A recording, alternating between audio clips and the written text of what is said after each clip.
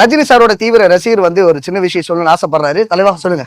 படம் பார்த்தேன். ஆஹா, படம் அற்புதமா இருந்தது. ஆஹா, ஓப்பனிங் சீன்ல இருந்து கடைசி சீன் வரைக்கும் போறதே தெரியல, அந்த அளவுக்கு ஸ்பீடா இருந்தது. லோகேஷ் கனகராஜ் வந்து நல்லபடியா எடுத்திருக்காரு.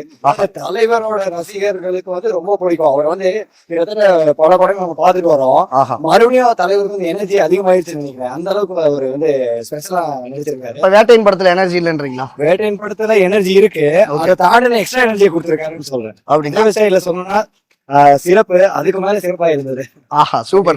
இப்படி இன்னும் வந்து ரொம்ப எங்கான மாதிரி இருக்கு, இன்னும் 20 வருஷம் கம்மியான மாதிரி இருக்குன்றாங்க ரஜினி சார். ஆமா, ரஜினி சார் ஆல்வேஸ் எங்கதான் இருக்காரு. ரியலி அப்படிதான் இருக்காரு.